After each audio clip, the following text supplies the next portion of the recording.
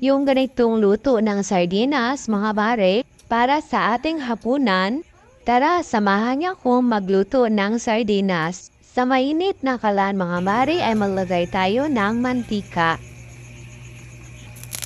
Pinagsama ko na ang sibuyas at ang bawang, gisahin lang natin. Ilagay ang 2 lata ng sardinas. Kahit anong brand ng sardinas mga mare ay okay lang. 2 baso ng tubig.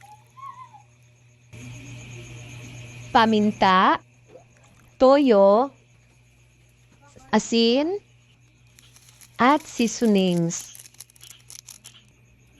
Halu-haluin lang.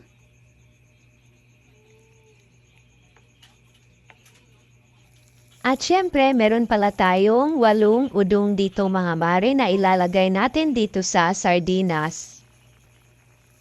Pwede rin itong lagyan ng sayote mga mare kung gusto nyo.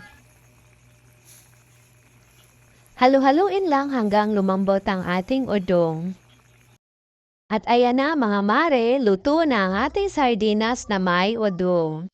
Try nyo rin ito sa bahay nyo mga mare.